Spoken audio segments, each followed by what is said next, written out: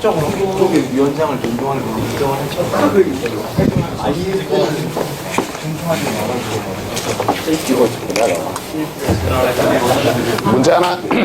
문제 하나 내볼 테니까 맞춰봐요.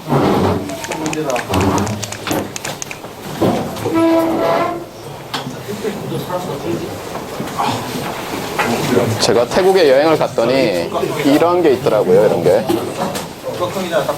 네, 정육면체를 2개를 써가지고 이렇게 날짜를 달력을 표시하게 돼 있어요. 물론 이거 말고도 뭐 연도도 표시하고 이렇게 돼 있는데 이것만 합시다. 그래서 여기 숫자가 적혀 있어요. 뭐 예를 들면 이렇게 돼 있어요. 그래서 정육면체 2개를 써서 이제 달력을 나타낸 것처럼 이렇게 전시가 돼 있더라고요. 그래서 저거 괜찮겠다. 그래서 이제 살려고 하다가 또 짐도 많아지고 그래서 이제 딴 물건들을 보면서 정육면체 2개로 달력이니까 일단 1일부터 31일까지 다 나타내야 될 거 아니에요. 그래서 갑자기 이상하다는 생각이 들었어요. 첫 번째 디지트에 물론 많이 필요는 없죠. 그렇죠? 0, 1, 2가 필요한가요? 3도 필요하고. 그래서 이게 되나? 이런 생각이 갑자기 드는 거예요. 그래서 이 달력을 사가면은 이게 뭔가 날짜를 맞춰야 될 거 아니에요? 오늘이 12일이면 12 한 다음에 13 그러면 이제 13으로 맞춰야 되는데 이게 해가 존재하지 않을 수도 있겠다는 생각이 들기 시작했어요. 그래서 이제 계속 관광을 하면서 이제 돌아다니면서 이거 생각을 했는데 이거 어떨 것 같아요, 이거? 그래서 이제 질문을 이거예요, 질문은 각각의 정육면체에다가 숫자를 적어 넣어서 0에서 9까지겠죠. 적어 넣어서 달력을 만들 수 있느냐는 거예요. 자, 한번 해볼래요? 아직 시간이 안 됐으니까. 한번 생각해보세요. 아직 시작 아니에요. 그쵸? 한번 생각해보세요. 한번 써보세요, 직접. 제가 첫날 했던 게 뭐예요? 첫날 첫 페이지에서. 예. 적어보자 그랬죠? 한번 써보세요. 써보면은 많은 것을 알게 돼요. 요거. 물려도 불을 만든다고 하면서 그래도 돼요. 네. 한번 해보세요. 그래서 여기서도 일단 이 질문이 물어보는 게 이거예요, 사실. 그러니까 해가 뭐죠? 2가지 확인하라 그랬죠. 예, 해가 솔루션이라는 게 그러니까 존재하느냐죠, 그렇죠? 그 다음에 뭐겠어요? 그렇죠. 유니크니스를 봐야죠. 예. 이거를 한번 확인해 보세요. 예. 그래서 이걸 냈더니 상당히 많은 학생들이 못 맞추더라고요. 그러니까 어제도 말을 했듯이 우리 학교에서 이제 이공계 학과 대탐험 이렇게 해서 우수 고교생 초청 뭐 이런 걸 하거든요. 그래서 제가 한번 내봤어요, 이거를. 그랬더니 맞춘 학생들도 있고 못 맞춘 학생들도 있고 직접 써보면은 굉장히 많은 것을 알게 돼요.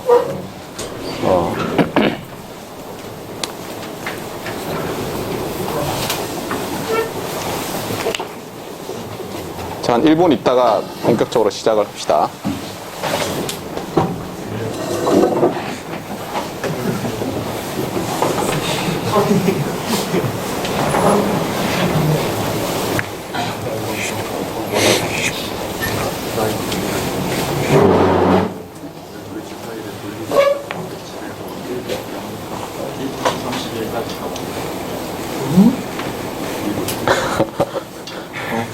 적자 생존이라니까요. 적자 생존. 말했듯이 써보면은 이렇게 시각으로 이렇게 또 볼 수 있기 때문에 뇌를 더 많이 쓸 수 있게 돼요. 그래서 여러분들이 머리가 막 2개, 3개, 4개 되는 거랑 비슷한 효과를 거둘 수가 있어요.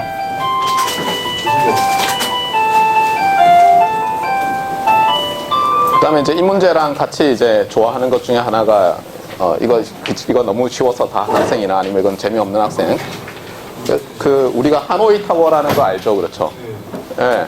참고로 제가 베트남에 가서 하노이 공대에 갔어요. 그랬더니 기념품을 주는데 뭐 그림 같은 걸 주는 거예요. 베트남에서. 그래서 아니 이렇게 하노이 공대인데 하노이 타워를 선물로 주면 밑에다가 하노이 공대 이렇게 해서 좋은 기념품이 될 것 같은데 그랬더니 답이 뭐라고 왔는 줄 알아요?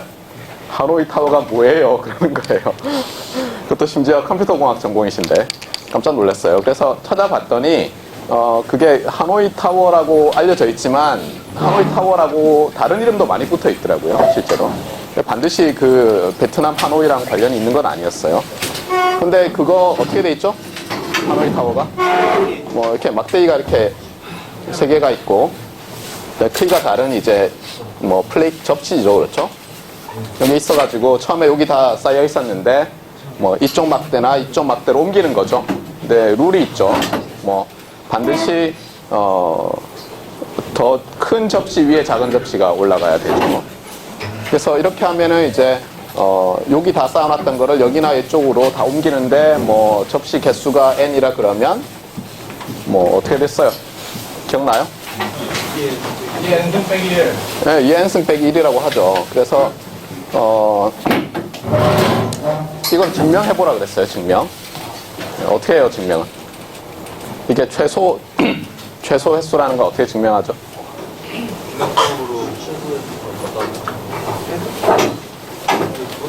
이거 한번 해보세요. 그 다음에 이제 이걸 저희 아들 녀석한테 중학교 2학년인데 하면서 물어봤어요. 괴롭히는 걸 좋아하기 때문에 막대기가 하나 더 있으면 어떻게 되냐고 물어봤어요.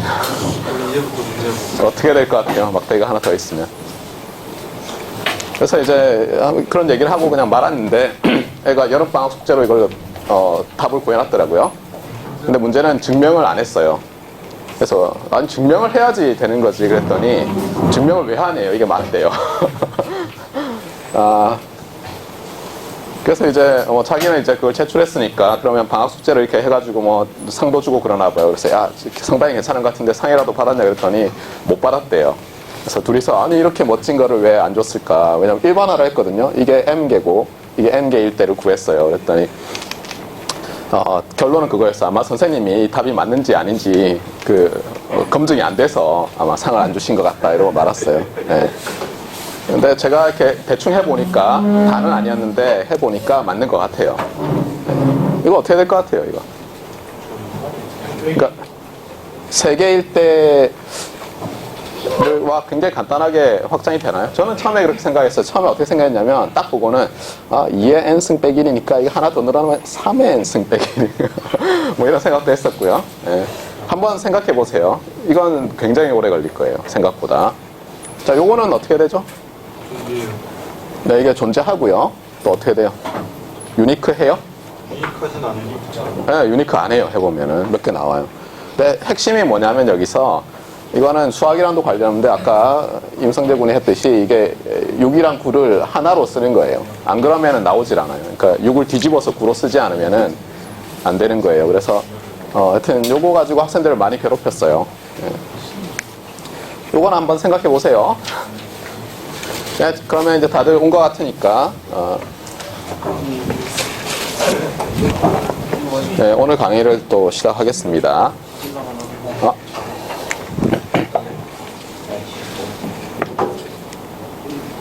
뭔가 잘못됐죠? 네. 그래서 뭐 저는 수업할 때 리뷰를 굉장히 오래 하는 편인데 또 리뷰를 한번 해볼까요? 네, 지겹겠지만 자 이건 뭐예요? 근데 기억해요? 네. 네. 자아 실현과 공동체 기여라 그랬죠. 네. 아마 내일도 듣고 모레도 들을 거예요. 그래서 여러분들이 항상 하고 싶은 일을 찾으세요. 알겠어요? 하고 싶은 일에 내가 뭘 원하지? 알겠어요? 그 다음 그것을 어떻게 성취하지? 이런 생각을 항상 하라는 거예요. 그 다음에 또 하나는 뭐예요? 공동체에 내가 어떻게 하면 기여할 수 있는가 이런 생각을 하라고 했죠. 이게 굉장히 중요해요. 여러분들이 이것만 추구하면 나중에 인생 무상을 느낄 거예요. 정말이에요. 정말. 예. 그 다음에 또 자아 실현할 때 중요한 건 뭐냐면 뭐가 되겠다고 자꾸 생각하지 말라고 했죠. 그렇죠? 무엇을 하고 싶은가를 생각하라고 했어요. 언뜻 생각하면 똑같은 것 같지만 언어가 그 사고를 지배하거든요. 여러분들. 자꾸 되겠다 그러면 결론만 자꾸 찾으려고 그래요. 결론만. 예를 들면 대학에 가서 무슨 대학교 학생이 되겠다. 이렇게 시작하면 여러분의 성장에는 신경을 안 쓰고 자꾸 성적에만 신경을 써요. 그러다 보면 장기적으로 여러분의 이 발전할 수 있는 동력을 여러분이 상실하게 만들어 버려요. 그러니까 항상 내가 뭘 하고 싶은지 알겠어요? 무엇을 하는 사람이 되고 싶은지 알겠어요? 그냥 뭐가 되겠다가 아니라 타이틀이 아니라 어떤 일을 하는 사람 이렇게 항상 생각을 하라는 거였어요. 이건 뭐 그냥 조언이었고 이제 어제 마지막 페이지로 이 말을 했었어요. 전자전기공학을 하다 보면 이제 이 문제에 봉착을 해요. 그러니까 저는 예전에 예를 들면 전자전기공학 그러면 예를 들면 이런 이게 잘 안 보일지 모르는데 이게 핸드폰을 뜯은 거예요. 핸드폰을 스마트폰을 뜯은 거고 이거는 이제 모뎀 칩이라는 거예요. 여기 나와 있듯이 모뎀은 모듈레이션 앤 디모듈레이션을 하는 칩인데 우리말로 바꾸면 변조와 복조를 하는 칩이에요. 그러니까 통신 칩이에요. 간단하게 얘기하면 삼성전자가 이걸 만든 거예요. 엑시노스라고. 그런데 그전에는 이제 퀄컴이라는 미국 회사 걸 다 수입해가지고 여러분 스마트폰에 이렇게 갤럭시 넣어가지고 팔았어요. 그러다가 삼성전자가 이쪽 부분에 메모리는 굉장히 잘하죠. D램 이런 거는 삼성전자, 하이닉스가 전 세계 1위, 2위예요. 그리고 두 회사의 점유율이 뭐 절반을 넘어요, 당연히. 그런데 반도체 중에서도 우리나라가 상당히 약했던 분야가 메모리는 아니고 CPU 쪽, 그러니까 이런 시스템 LSI라고 하는데 Large System Integrated Circuit 이쪽이 굉장히 약했는데 삼성전자가 포기하지 않고 계속 투자를 했어요. 사람들을 뽑고 그다음에 특히 이제 한국에서 뭐 학부 정도까지는 교육을 받았지만 미국으로 유학을 가서 거기서 석사 박사를 하고 미국의 인텔이나 뭐 퀄컴이나 뭐 텍사스 인스트루먼트나 뭐 이런 데 취직했던 사람들, 자일링스라든가 이런 데 있던 사람들 거액을 주고 다 스카우트를 했어요, 계속. 그래가지고 절치부심해서 모뎀칩을 만들었어요. 참고로 요거를 이제 작년 중순 이후죠. 이걸 했는데 초부터 아마 했을 거예요. 만들어서 넣었는데 삼성이 스마트폰을 굉장히 많이 파는데 퀄컴이라는 미국 회사 입장에서는 이게 굉장히 고가거든요. 이게 자기 안 들어가기 시작하니까 주가가 폭락했어요. 그 다음에 대량 해고해서 정리해고를 하기 시작했어요. 그래서 어쨌거나 그래서 저는 이제 이런 거 만드는 게 전자공학인 줄 알았어요. 그렇죠. 뭐 까만 딱지에 이렇게 뭐 발이 나와 있고 금속으로. 그런데 자세히 보니까 이것도 이렇게 나눠지더라는 거예요. 이 모뎀 칩이 어떤 수학적인 기능, 논리적인 기능을 해야 하는가를 연구하는 데가 있고 그것을 어떻게 하면 전자전기 회로를 이용해서 물질이죠. 그렇죠? 어떤 물질들 가지고 뭐 와이어를 만들고 저항을 만들고 스위치를 만들고 해서 구현해야 하느냐는 또 다른 문제더라는 거예요. 물론 이런 모뎀 칩을 만드는 퀄컴이라는 회사는 실제로 이런 거를 만드는 부서가 없어요. 어떻게 되냐면 그냥 개념적으로 어떤 게 있어야 된다고 하면 그걸 굉장히 정확하게 묘사를 해요. 마치 여러분이 그 프로그램 언어로 코딩하는 거랑 비슷해요. 그렇게 코딩을 해가지고 어떤 순서로 무슨 일을 해야 되고 딱 만들어 놓으면 그 다음에는 소프트웨어 엔지니어들이 있어가지고 그거를 이런 칩으로 전환할 수 있는 또 다른 랭귀지를 써서 프로그래밍 랭귀지 같은 걸로 바꿔서 그 다음에 어떻게 되냐면 놀랍게도 이거를 그러니까 위에 연구는 안 하고 이것만 전문으로 하는 회사에 넘겨요. 그러니까 예를 들면 대만에도 그런 회사들이 있거든요. 자기들은 CPU가 어떻게 뭐 디자인돼야 되는지 전혀 연구 안 하지만 예를 들면은 뭐 어플리케이션 프로세서라고 합시다. 핸드폰 안에 있는 CPU는 어플리케이션 프로세서라고 해요. 예를 들면 뭐 애플에서 자기들 아이폰에 들어가야 될 어플리케이션 프로세서를 다 디자인을 해가지고는 이거 실제로 만드는 거는 대만에 있는 회사한테 맡기는 거예요. 그래서 그런 반도체 회사는 팹리스 회사라고 그래요. 패브리케이션 하는 랩이 없는 회사라고 해서 팹리스 회사라고 해요. 그래서 팹리스 회사들이 굉장히 많아요. 퀄컴이 대표적인 팹리스 회사예요. 그러니까 가면은 요 상위 연구를 하는 사람들과 이거 두 개를 브릿징하는 연구를 하는 사람들만 딱 있고 이 밑에는 없는 거예요. 실제로. 그래서 전자공학 그러면 여러분들은 어쨌든 뭐 이렇게 물리적인 걸 이용해서 뭐 서킷을 만들고 뭐 이렇게 하는 것만 생각할 가능성이 높아요, 지금은. 그런데 실제로 전자전기공학을 하다 보면 이 위쪽을 하는 사람들이 반 이상이에요. 그리고 하다 보면 어떤 사람들은 이쪽이 훨씬 흥미롭고 재밌고 어떤 사람들은 이쪽이 훨씬 흥미롭고 재밌어요. 근데 다만 이제 제가 해주고 싶은 말 중에 하나는 뭐냐면 여러분이 정말 뭐 노벨상을 타고 싶다 그러잖아요. 그럼 이쪽을 해가지고는 쉽지 않아요. 만들어낸 사람들이 다 받더라고요, 보니까. 예. 그러니까 예를 들면은 그 청색 LED 얘기를 했잖아요. 청색 LED를 만든 사람이 받았지 청색 LED로 어때요? 무슨 뭐 스마트폰에 디스플레이를 멋지게 구현한 사람이 받진 않더라는 거예요. 무슨 말인지 알겠어요? 자, 어쨌거나 그래서 이제 이렇게 두 갈래로 나눠져 있다는 것을 반드시 기억을 하면 좋겠어요. 네. 이거는 굉장히 중요해요. 그리고 이거는 놀랍게도 대학교 한 4학년 때도 이렇게 생각하고 있는지 이렇게 물어보면은 정확하게 대답 못하는 학생들이 많아요. 그러니까 자기가 뭘 하고 있는지 잘 몰라요. 그래서 여러분이 전자전기공학을 나중에 전공하는 사람이 되든 아니든 간에 이렇게 크게 나눠진다는 거. 뭐 이것도 세세하게 또 나누면 굉장히 많지만 크게 이렇게 나눠진다는 것을 알고 있으면 굉장히 도움이 될 거예요. 특히 여러분이 나중에 어떤 뭐 IT 산업에서 벤처를 하려 그래요. 여러분은 예를 들면 산업경영공학과를 나왔어요.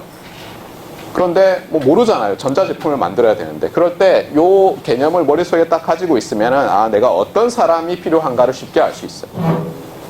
여러분이 예를 들면 정말 뭐 애플처럼 핸드폰을 만들겠다고 했을 때 여러분이 그 공장을 운영하고 할 사람을 할 필요가 없어요. 실제로 애플이 어떻게 해요? 요 정도까지 한다면 이거는 다 하청을 주고 있는 거예요. 다른 회사들. 중국 회사한테 핸드폰 조립을 맡기고 심지어 삼성이 애플의 아이폰에 들어가는 어플리케이션 프로세서를 만들어요. 그러니까 요 딱지로 만드는 거는 삼성이 해요. 도면은 애플이 주지만. 그러니까 여러분들이 요거는 반드시 기억을 해주면 좋겠어요. 자, 그리고 이제 또 뭐 제가 잔소리가 참 많은데 이거가 뭐죠? 요즘 유행하는 말이더라고요.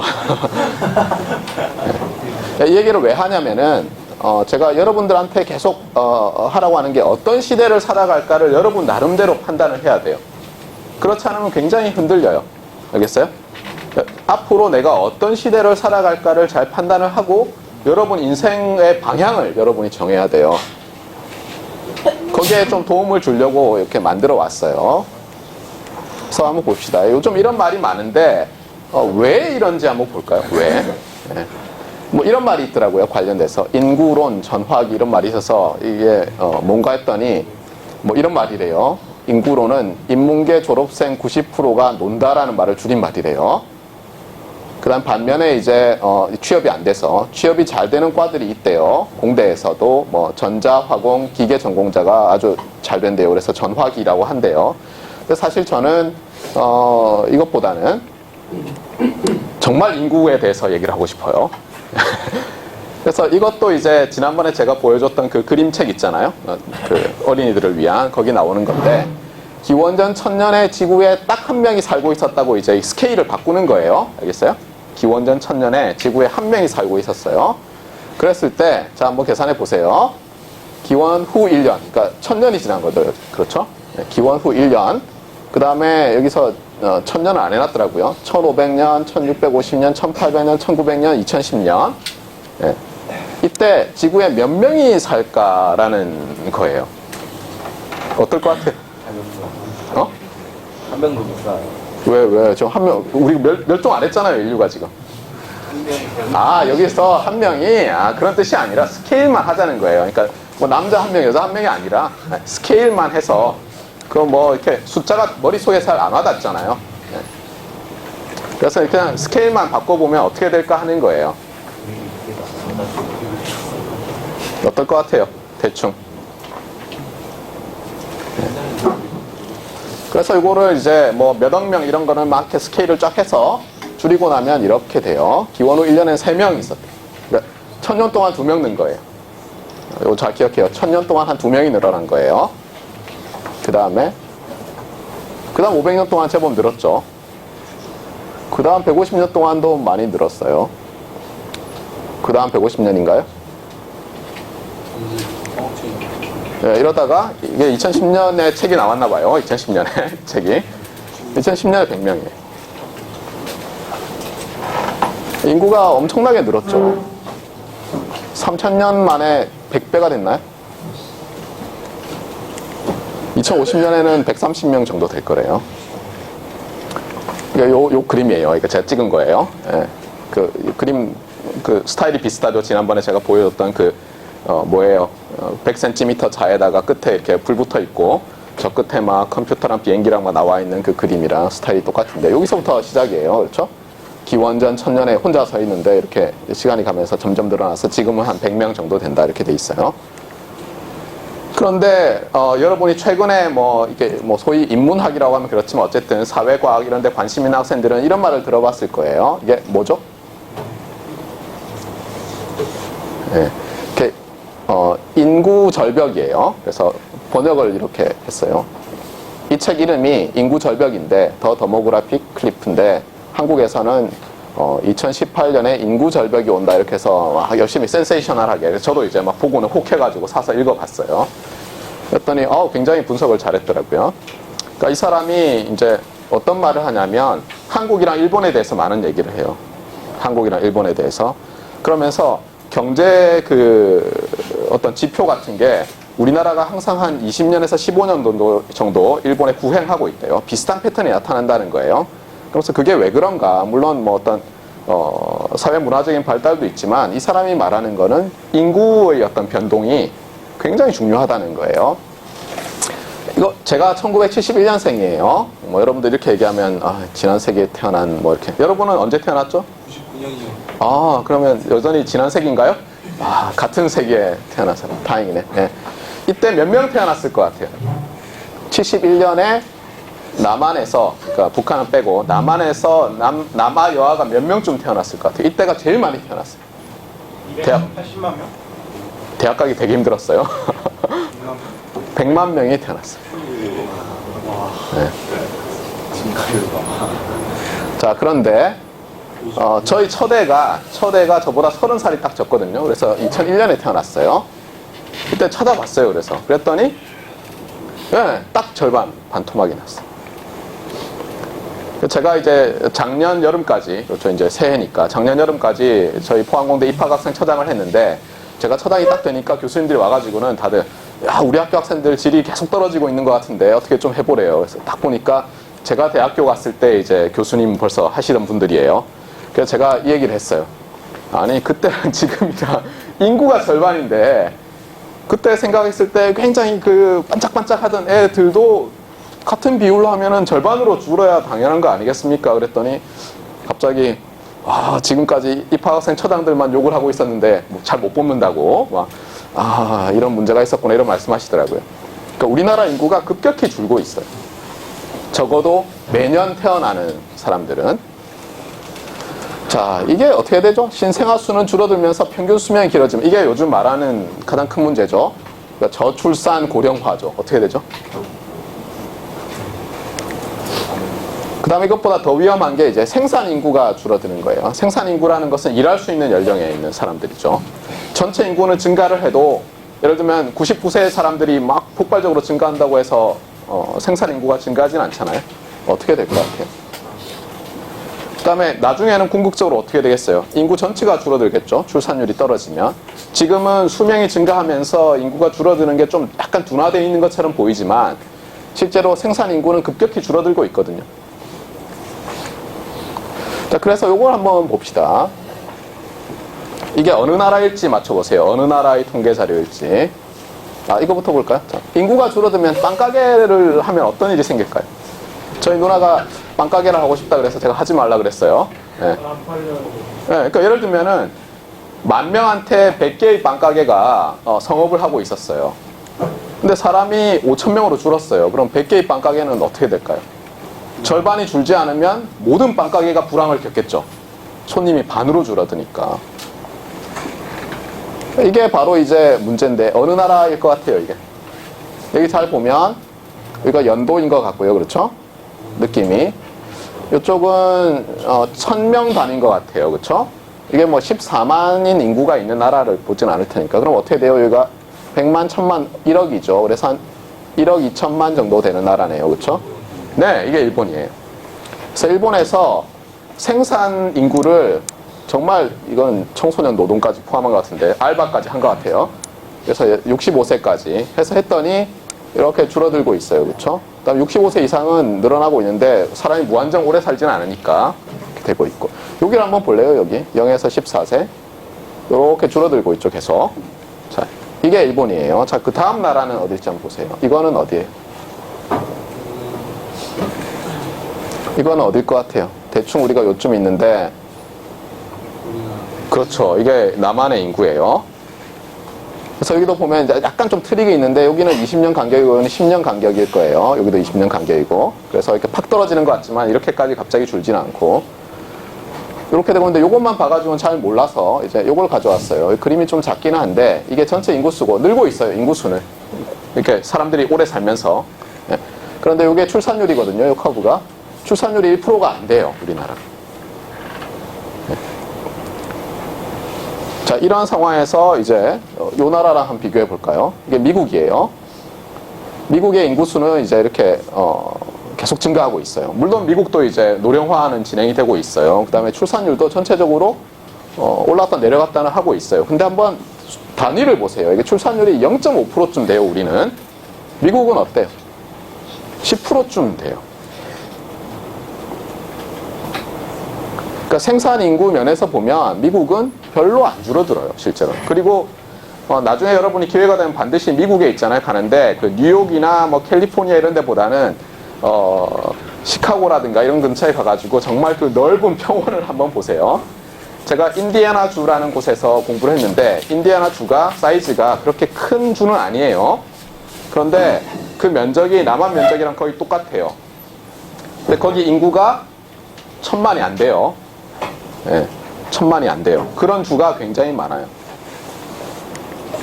아메리칸 드림이라는 말을 들어봤죠, 여러분이. 이게 뭐냐면은 이민자들이 예전에 이민을 온 사람들의 이제 미국에서 어떤 꿈을 실현한다는데 이게 뭐였냐면 이렇게 요약을 할 수 있어요. Hard working ordinary people. 그러니까 열심히 일하는 이죠. 뭐 스마트하게 일하는 것도 아니에요. 그냥 무조건 열심히 일하는 거예요. 네. 열심히 일하는 ordinary people은 소위 말해서 보통 사람이라고 하죠. 보통 사람이 자기 집을 가질 수 있는 거예요.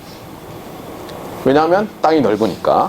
또 하나는 뭐냐면 땅뿐만 아니라 아까 빵가게 얘기를 했죠. 예를 들면 빵가게 100개가 10,000명한테 빵을 팔고 있었는데 인구가 2만 명이 됐어요. 그럼 여러분이 새로 빵가게를 시작하면 어떻게 될 것 같아요? 망하겠어요? 열심히 일하면은 성공하는 거예요, 실제로. 사실 이런 상황이에요, 여러분이. 그래서 이건 굉장히 주의를 하셔야 돼요. 인구 변동은 너무너무 중요해요, 실제로. 자, 이거 봅시다. 그럼 어떻게 살아남을 건데, 앞으로.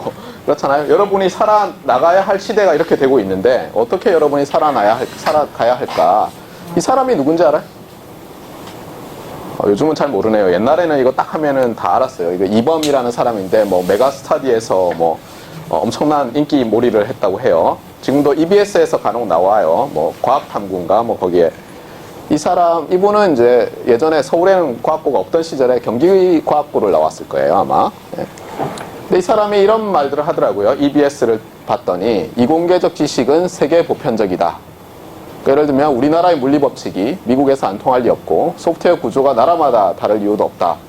그래서 우리나라 상위권 대학의 어지간한 학과면 가르친 수준이 꽤 인정해 줄 만한 정도에 있다. 따라서 배운 지식과 기능을 보다 넓게 펼쳐볼 수 있도록 어학이라고 해서 영어라고 했어요. 영어 실력을 갖추게 되면 날개를 단다. 이러면서 이 사람이 논거로, 물론 뭐 논문은 아니지만 이런 말을 했어요. 인도 사람들이 미국의 그 실리콘밸리 벤처 기업이 많은 데서 굉장히 잘 나가고 있는데 우리나라 유학생들에 비해서 왜 그런가를 이 사람이 얘기를 하는 거예요. 자기 친구들도 그런 데 진출한 애들이 있으니까. 인도에서는 영어가 공용어인데 억양이나 발음은 정말 이상해요. 그럼 예를 들면 이런 거예요. 제가 My name is 준호조 이렇게 얘기하잖아요. 그럼 인도 사람들은 My name is 준호조 이렇게 얘기해요. 이상하죠, 여러분이 들어도. 그런데도 전혀 문제가 없어요. 문법에 다 맞게 얘기하니까. 그래서 어쨌든 영어로 의사소통을 하는데 전혀 문제가 없어요. 저도 이제 유학을 가가지고 6년 동안 미국에 있었는데 공부를 한다고 석사 2년, 박사 4년을 했는데 제가 굉장히 잘못했던 게 미국에서 좋은 친구들을 별로 안 사귀었어요. 공부만 했어요. 빨리 박사 학위를 따고 뭐 이런 생각만 했어요. 장기적으로 제가 성장한다는 생각은 못 하고. 그래서 어떤 문제가 있었냐면 이런 거예요. 그러니까 제가 유학을 갔을 때 어떤 중국인 학생이 있어요. 칭화대학이라고 있어요. 여러분 들어봤을 거예요. 칭화대학에서 유학을 온 학생이 다른 랩에 있었는데 막 졸업을 하는 거예요. 근데 논문을 굉장히 잘 썼어요. 그래서 야, 너는 뭐 MIT에 교수를 해도 되겠다 그랬더니 자기는 벤처 회사에 들어갈 거래요. 그래서 뭔 소리야 이랬어요. 그랬더니 이제 보니까 그 퍼듀에 있는 동안에 그 같이 공부하던 미국에서부터 초중고등학교를 다녀오고 대학을 간, 그러니까 어떻게 보면 미국 사람이죠. 미국 사람들이랑 이제 친한 애들이 있어가지고 야 우리 젊을 때 한번 사고를 쳐보자. 그래서 이제 회사를 만들었어요. 플레리온이라는 회사를 만들었어요. 그래서 제가 왜 저 고생을 하지? 뭐 당시에 졸업하면은 뭐 모토롤라나 그때는 모토롤라가 안 망했었어요. 모토롤라라든가 이런 통신회사에서 뭐 1억 5천만 원, 지금은 적은 돈이겠지만 그때는 큰 돈이었어요. 1억 5천만 원씩 연봉을 주겠다고 하면서 데려갔거든요. 박사 졸업생들을. 이상하다고 했더니 이 친구가 하여튼 몇 년 끙끙 대더니 어느 날 제가 뉴스를 봤어요. 퀄컴이, 아까 퀄컴이라는 얘기를 했죠. 퀄컴이 미국에서 굉장히 큰 회사인데 퀄컴이 플레리온을 샀어요. 엄청난 돈을 주고. 그러면서 당연히 그 엔지니어들도 조건을 달았어요. 당신들이 계속 퀄컴에 있는 조건으로 몇 년 동안. 그러니까 우리가 자르지 않는 이상은 당신이 있어야 된다. 이렇게 약간 노예 계약 비슷하죠. 근데 돈을 엄청나게 주고는 이제 사갔어요. 그래서 엄청나게 성공했어요. 그 다음 퀄컴에서 또 잘하고 있고. 그래서 이제 차이가 뭘까라 생각했어요. 차이가. 자, 이거 한번 볼까요? 로얄 로드라는 단어를 들어봤죠. 왕도라고 하죠. 그래서 왕도가 뭔가를 생각해봤어요. 왕도. 그랬더니 왕도가 원래 그 페르시아에서 만들어졌대요. 그래서 이 다리우스 대왕이 뭐 도로를 건설해서 전령이 2,700km를 뭐 7일 동안 여행할 수 있었대요. 그래서 왕도 그러면 빠른 길 뭐 이런 뜻이래요. 그래서 유클리드가 뭐 프톨레마이오스 1세한테 뭐 기하학의 왕도는 없다고 해서 이게 왕도란 말이 굉장히 유명해졌다고 하는데, 그러면 예를 들면 여러분이 소위 말해서 실리콘밸리에서 폼나게 인류의 그 생활하는 패턴을 바꾼 이런 사람들 있죠. 이 사람 누구죠?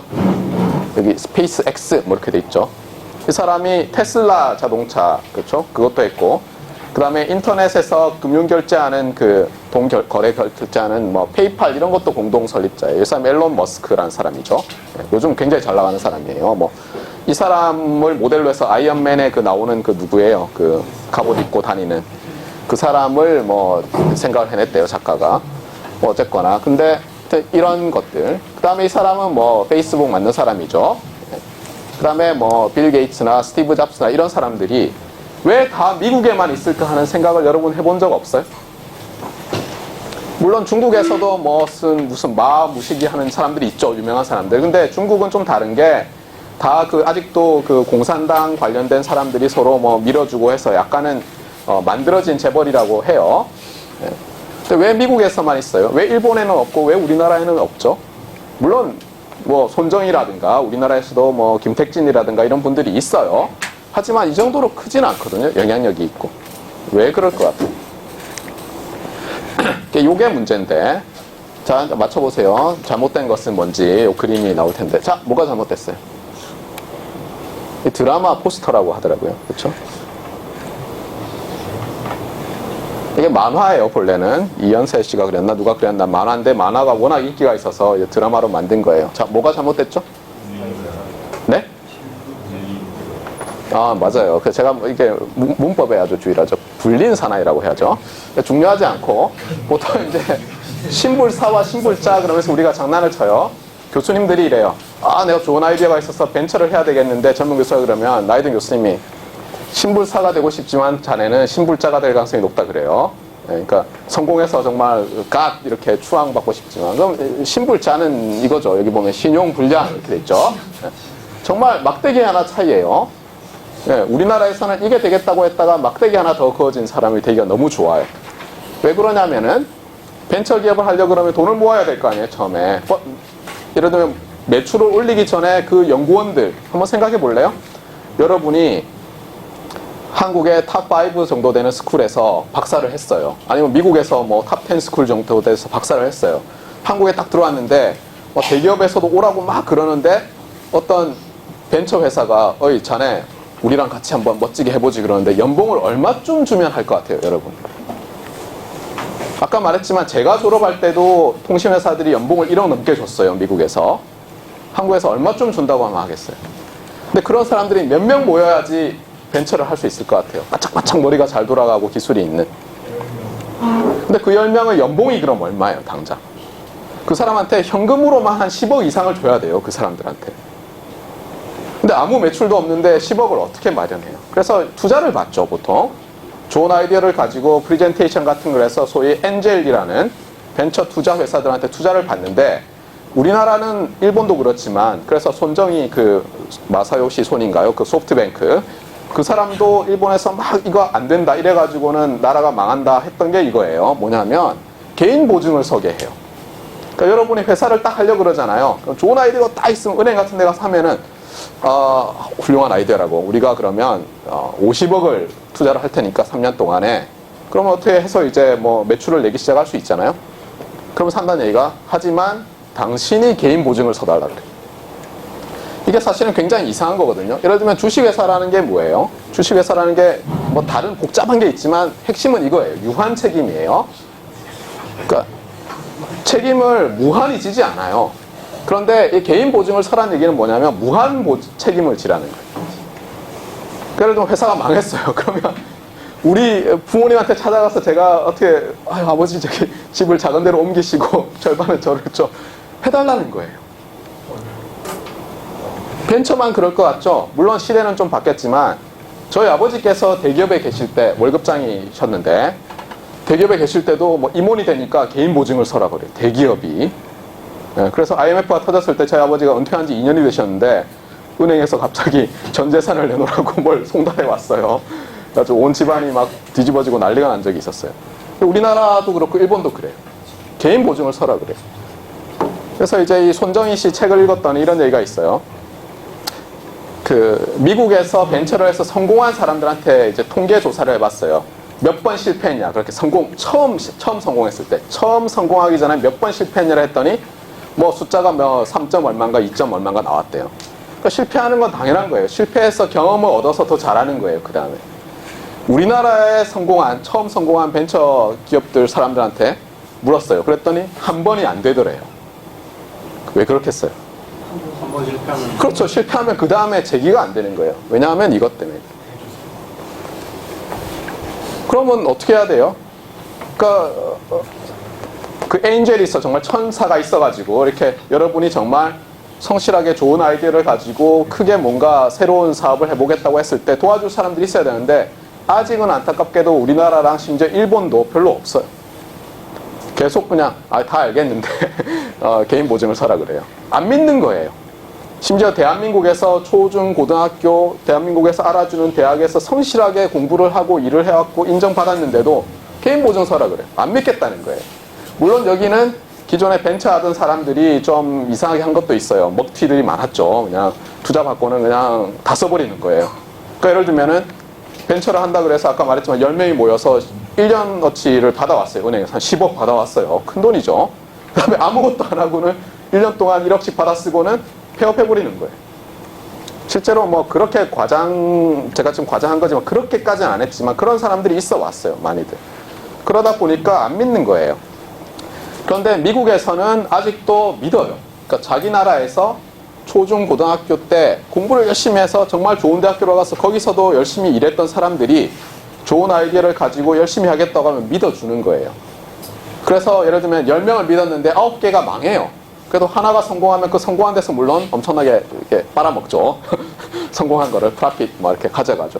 그렇게 해서 하는 거예요. 그래서 실제로 우리나라가 가장 큰 문제는 이게 두 가지인데 인구가 줄고 있어요. 그렇죠? 그래서 좋은 인재들도 줄어들고 있어요. 실제로. 거기다가 또 이런 안 좋은 것들이 있어요. 그래서 여러분들이 뭔가 하나도 폼나게 뭐 일론 머스크처럼 뭐 전기자동차 회사를 만들어서 뭘 해보고 싶어요. 자율주행차도 해보고 싶고 뭐 이런데 하기가 너무 어려워요. 우리나라는 다 대기업들이 그걸 하고 있잖아요. 기존에 자금이 풍부한 새로 돈을 모아서 뭘 안 하잖아요. 그래서 저는 이제 저희 아이들이랑 조카한테 이런 얘기를 해요. 예. 이런 데 있어야 된다는 거예요. 어제도 얘기를 했죠. 여러분이 뭔가 잘해보고 싶으면 right time에 right place에 있어야 되는데 안타깝게도 우리나라는 예를 들면 사업을 하려면 right place가 절대 아니에요. 물론 미래에는 바뀔 수 있어요. 예. 제가 지금 얘기하는 거예요. 여러분이 이런 걸 할 10년 후에는 바뀌어 있을 수도 있어요. 예. 근데 어쨌든 간에 right place와 right time이 아닐 수가 있어요. 그러면 여러분한테 해야 될 건 뭐냐? 저는 그렇게 생각해요. 그러니까 저는 제가 포항공대 교수를 하지만 우리 학부생들 보고 그래요. 할 수 있으면 유학 가라 그래요. 저도 갔었고. 왜냐하면 아까 말했지만 기회의 땅이에요. 실제로. 네. 여기 실리콘밸리라는 말을 들어봤을 거예요. 여기 서부에 있는데 실제로 서부에는 좀 넓게 퍼져 있는데 동부에도 있어요. 여기 매사추세츠주에. 네. 보스턴 근처에 가면은 꽉 있어요. 잔뜩. 또. 이런 데 가면은 말했지만 여러분들이 정말 좋은 아이디어를 가지고 뭔가 해보겠다고 할 때 투자하는 사람이 많아요. 단 한 가지는 주의해야 돼요. 여러분들은 초중 고등학교를 어디서 나왔어요? 예, 예를 들면 이렇게 생각해 보세요. 여러분이 우리은행이나 뭐 국민은행이나 이런 데예요. 아니면 우리나라에 있는 벤처 캐피탈리스트인데 뭐 이런 비유는 좀 이상하긴 하지만 우간다에서 유학 온 학생이 있어요. 박사과정에 포항공대로. 그래서 논문 잘 썼어요. 와가지고는 제가 멋진 사업을 하려고 하니까 한 5년 동안에 한 60억 정도만 투자를 해달래요. 해줄 것 같아요, 여러분? 쉽지 않죠? 근데 그 옆에 보면은 열심히 공부했고 서울과학고등학교도 나오고 한국에서도 탑스쿨에 다 간 친구들이 한 5명 같이 붙어 있어요. 어떨 것 같아요? 그냥 똑같아요. 미국에 가도 그래요. 아까 제가 중국인 학생 얘기를 했잖아요. 혼자 하지 않았다고요. 거기서.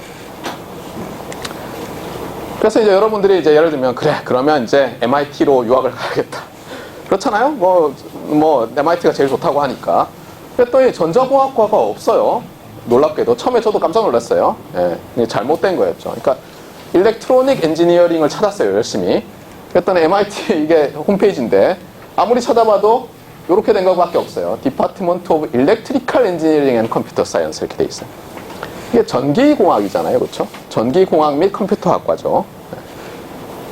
제가 그다음에 전기공학은 보통 이런 거 생각하죠. 뭐 이렇게 송배전, 발전, 모터 큰 거 이런 거. 전자공학 그러면 뭐 칩이나 이런 거고. 제가 퍼듀 대학에서 박사를 했는데 제일 처음에 제가 첫날 제 그 이력에 대해서 설명드릴 때 퍼듀 대학교 전기 및 컴퓨터공학과 이렇게 얘기했을 거예요. 전자라고 안 했죠. 왜냐하면 이걸 그냥 번역한 거예요. 일렉트리카를. 포항공대는 어때요? 전자전기공학과 그래서 마치 이게 따로 두 개인데 합쳐놓은 것 같죠? 근데 영어로는 이렇게 돼 있어요. 영어로는 Department of Electrical Engineering 이렇게 돼 있어요. 실제로 미국에는 전기과랑 전자과 이런 거 분리를 안 해놨어요. 그 다음에 공학이라는 것은 엔지니어링이라는 이름을 붙이는 거는 몇 개로 좀 제한을 해놨어요. 그래가지고 보통은 Electrical Engineering이라고 해요. 그러니까 괜히 이상하게 생각할 필요가 없어요. 서울대학교도 보면은 한글로는 전기정보공학부라고 돼 있거든요. 영어로 뭐라고 쓰는 줄 알아요? Department of Electrical and Computer Engineering 이렇게 써요. 도저히 대응이 안 되죠. 정보가 어디 있어요? 여기 인포메이션이 있어야 되는데. 그래서 여러분들이 나중에 유학을 가려고 그러면 예를 들면 일렉트리컬 엔지니어링의 미국의 탑 유니버시티들, 특히 대학원으로 학부가 아니에요. 알고 싶으면 US 뉴스라는 걸 반드시 기억해요. 미국 뉴스라는 뜻이죠. US 뉴스. 그래서 어떻게 하냐면 구글에다가 US 뉴스 그레듀에이트 스쿨, 탑 그레듀에이트 스쿨스 한 다음에 뭐 이렇게 딱 치면은 딱 이렇게 떠요. 아니면 적어도 엔지니어링. 엔지니어링에서도 보면 여기 일렉트리컬 슬래시 일렉트로닉 슬래시 커뮤니케이션즈 이렇게 돼 있죠. 찾기 쉽게 이렇게 해놓은 거예요. 찾기 쉽게. 외국에서 오는 학생들이 워낙 많고 이러니까 일렉트로닉으로 서치하는 사람들이 많은가 봐요. 일단 놀랍게도 어때요? 거의 이 일렉트리컬 일렉트로닉과의 커뮤니케이션즈라는 게 동급이죠. 굉장히 중요한 거예요. 커뮤니케이션즈는. 그래서 이렇게 돼 있어요. 일렉트리컬 일렉트로닉 앤 커뮤니케이션스 엔지니어링. 그 다음에 여기 주의할 게 있어요. 여러분이 나중에 큰 대형 사고를 칠 수가 있어요. 제가 아는 저희 친척 중에 한 명도 유학을 갔는데 어드미션 받고 짐 다 싸고 이제 공부한다고 유학을 갔는데 딱 가서 자기 학과를 보니까 자기가 생각했던 학과가 아니에요. 물론 공대에서는 그런 일이 잘 안 일어나는데 요거는 주의를 하셔야 돼요. 커뮤니케이션 학과에 가잖아요. 그럼 우리말로 신문방송학과 뭐 이런 거예요. 미디어 학과. 커뮤니케이션즈라고 S가 붙어 있어야 돼요. 그러면 커뮤니케이션 테크놀로지라는 뜻이에요. 물론 모든 사람이 이렇게 구별하진 않는데 많은 사람들이 이렇게 구별했었어요. 그래서 여기 S가 붙어 있어요. 알겠어요? 커뮤니케이션즈. 잊지 마세요. 나중에 저한테 당신이 MIT로 가라 그래서 MIT는 아니었고 옆에 있는 하버드로 갔더니 내가 커뮤니케이션으로 어드미션을 받아버렸다고 그러지 말고. 그래서 커뮤니케이션즈예요. 네.